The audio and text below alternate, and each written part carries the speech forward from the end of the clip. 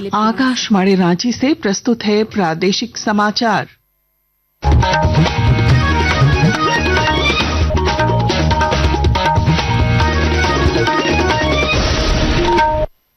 नमस्कार, प्रादेशिक समाचारों के साथ मैं पूनम केरकेट्टा। पहले मुख्य समाचार। ब्रिक्स देशों ने पहलगाम हमले की कड़ी निंदा करते हुए आतंकवाद के खिलाफ दोहराई प्रतिबद्धता। प्रधानमंत्री नरेंद्र मोदी ने कहा, आतंकवाद मानवता के लिए सबसे बड़ी चुनौती। पूर्व मुख्यमंत्री चंपाई सोरेन ने भोगनाडीह की घटना को बताया राज्य सरकार की विफलता का। सिद्धू कान्हू के वंशजों का किया गया अपमान। हजारीबाग में मुहर्रम जुलूस के दौरान हुआ बड़ा हादसा। आग के साथ खेल प्रदर्शन में लगभग 15 लोग झुलसे, महिलाएं और बच्चे अधिक प्रभावित। चतरा में नशे के खिलाफ चलाए जा रहे अभियान में पंचायत प्रतिनिधि निभाएंगे अहम भूमिका। नशा मुक्त पंचायत बनाने वाले मुखिया को मिलेगा प्रशस्ति पत्र और नगद पुरस्कार। और मौसम विभाग ने राज्य के 12 जिलों में आज भारी बारिश के साथ अचानक बाढ़ का जारी किया अलर्ट। रांची समेत कई इलाकों में अगले 24 घंटों को बताया संवेदनशील। और अब समाचार विस्तार से। ब्रिक्स देशों के नेताओं ने आतंकवाद के सभी रूपों और अभिव्यक्तियों से निपटने के प्रति अपनी प्रतिबद्धता दोहराई है। ब्राजील के रियो दी जेनेरियो में आयोजित 17वें ब्रिक्स शिखर सम्मेलन के घोषणा पत्र में 22 अप्रैल को जम्मू कश्मीर के पहलगाम में हुए आतंकवादी हमले की कड़े शब्दों में निंदा की गई। प्रधानमंत्री नरेंद्र मोदी ने आतंकवाद को मानवता के समक्ष सर्वाधिक गंभीर चुनौती बताया। उन्होंने कहा कि आतंकवाद के शिकार लोगों और इसे शह देने वालों को एक स्तर पर नहीं रखा जा सकता। प्रधानमंत्री ने कहा कि आतंकवादियों पर प्रतिबंध लगाने में कोई हिचक नहीं होनी चाहिए।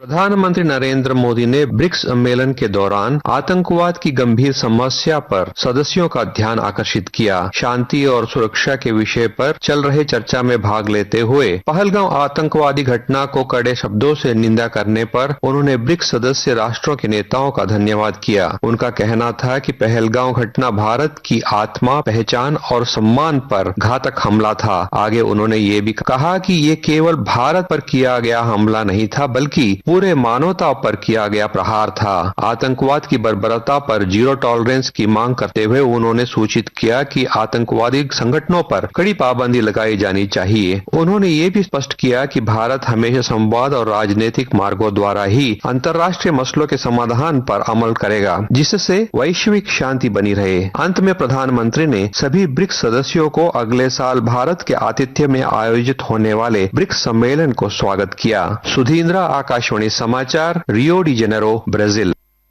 पूर्व मुख्यमंत्री चंपाई सोरेन ने भोगनाडीह की घटना को लेकर राज्य सरकार पर हमला बोला है और कहा कि सरकार को सिद्धू कान्हू के वंशजों का सम्मान करना चाहिए था, लेकिन उन पर लाठियां बरसाई गईं। घाटशिला में उन्होंने पत्रकारों से बातचीत में कहा कि भोगनाडीह का कार्यक्रम कोई राजनीतिक आयोजन नहीं था, यह हर साल सिद्धू कान्हू के वंशजों द्वारा आयोजित किया जाता है। साथ ही श्री सोरेन ने कहा कि नई शिक्षा नीति के तहत इंटर की पढ़ाई बंद करने को लेकर भी सरकार पूरी तरह विफल रही है।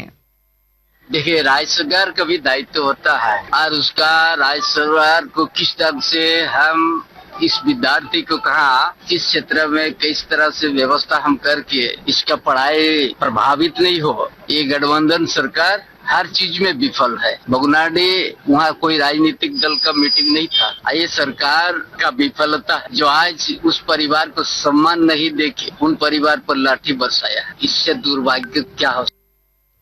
हजारीबाग जिले के तुराव पौता गांव में मुहर्रम जुलूस के दौरान आग के साथ खेल प्रदर्शन के वक्त एक बड़े हादसे में लगभग 15 लोग झुलस गए। इस हादसे में महिलाएं और बच्चे अधिक प्रभावित हुए हैं। विधायक प्रतिनिधि साहिल कुमार ने कहा कि घायलों को तत्काल अस्पताल पहुंचाया गया और गंभीर रूप से झुलसे लोगों को बेहतर इलाज के लिए रांची रिम्स भेजा गया। मोरंगी के आगे आग से खेला हो रहा था तो कुछ लोग उसके चपेट में आ गए हैं। काफी यहाँ पे 12-13 लोग जले हुए हैं। अभी स्थिति है कि डॉक्टर देख रहे हैं और डॉक्टर को बोले हैं हम लोग, और सुप्रीम सर से भी हमारी बात हुई है तो तुरंत अपने आदमी को भी भेजे हैं, जितना जल्दी इन लोग का इलाज कराया जाए। सरायकेला खरसावां जिले के चांडिल बाजार में ट्रैफिक जाम की समस्या लगातार गंभीर होती जा रही है, जिसकी मुख्य वजह चांडिल बाईपास NH-32 का अब तक चालू न होना है। दुकानदारों का कहना है कि जाम के कारण ग्राहक बाजार नहीं पहुंच पा रहे, जिससे व्यापार पर बुरा असर पड़ा है। केंद्रीय मंत्री संजय सेठ ने 15 जून तक सड़क चालू कराने का निर्देश दिया था, लेकिन अब तक कोई ठोस कार्रवाई नहीं हुई है। आकाशवाणी के ताजा तरीन समाचारों के लिए आप हमारी वेबसाइट newsonair.gov.in पर लॉग ऑन कर सकते हैं। ताजा समाचार x handle @AIR News Alerts और Facebook page all India radio news पर भी उपलब्ध है। आप प्रादेशिक समाचार एकांश के एक्स हैंडल @AIR News_Ranchi और Facebook page Akashvani news Ranchi, Instagram page तथा YouTube channel AIR News Ranchi पर भी हमारे बुलेटिन सुन सकते हैं। प्रादेशिक समाचार आप आकाशवाणी रांची से सुन रहे हैं। चतरा जिले में नशे के विरुद्ध चलाए जा रहे जन जागरूकता अभियान में अब पंचायत प्रतिनिधि भी सक्रिय भागीदारी निभाएंगे। पंचायत प्रतिनिधियों को मादक पदार्थों की रोकथाम के लिए 1 दिवसीय जिला स्तरीय कार्यशाला में प्रशिक्षित किया गया है। उपायुक्त कीर्ति श्री जी और पुलिस अधीक्षक सुमित अग्रवाल ने कहा कि नशा मुक्त गांव और प्रखंड बनाने में पंचायत प्रतिनिधियों की भूमिका महत्वपूर्ण होगी। जिला प्रशासन ने घोषणा की है कि अफीम की अवैध खेती मुक्त पंचायत बनाने वाले मुखिया को प्रशस्ति पत्र और नगद पुरस्कार भी दिया जाएगा। रांची जिले के पहाड़ी मंदिर में सावन में भक्तों को किसी भी तरह की असुविधा न हो, इसकी तैयारी की जा रही है। विस्तृत ब्यौरा दे रहे हैं हमारे संवाददाता। सावन महीने के दौरान पहाड़ी मंदिर में आने वाले श्रद्धालुओं को एक अच्छे माहौल में पूजा करने का मौका मिले, इसके लिए कई महत्वपूर्ण कदम पहाड़ी मंदिर विकास समिति की ओर से उठाया गया है। इसके तहत सुबह 3:30 बजे सरकारी पूजा के बाद आम श्रद्धालुओं के लिए मंदिर का मुख्य द्वार खोल दिया जाएगा। मंदिर में अर्घा सिस्टम से जलाभिषेक के इंतजाम किए जाएंगे। भक्तों की भीड़ को देखते हुए जगह जगह पर बैरिकेडिंग भी की जाएगी। खोया पाया और अन्य सूचना देने के लिए भी व्यवस्था की जाएगी। वहीं मंदिर के आसपास पुलिस की तरफ से विशेष पेट्रोलिंग की भी व्यवस्था की जाएगी। कर्मवीर, आकाशवाणी समाचार, रांची। मिले जुले संकेतों के बीच घरेलू शेयर बाजार सूचकांक आज मामूली गिरावट के साथ खुले। सेंसेक्स 75 अंक गिरकर 83,357 पर और निफ्टी 18 अंक गिरकर 25,443 पर कारोबार कर रहे थे।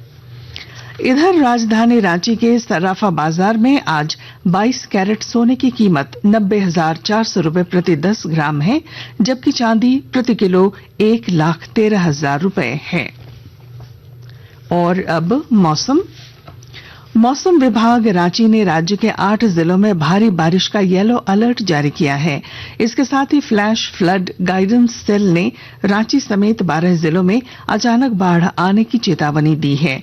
इसमें रांची, गढ़वा, पलामू, लातेहार, लोहरदगा, गुमला, सिमडेगा, खूंटी, सरायकेला, पश्चिमी सिंहभूम, पूर्वी सिंहभूम और बोकारो जिले बाढ़ से सबसे अधिक प्रभावित हो सकते हैं।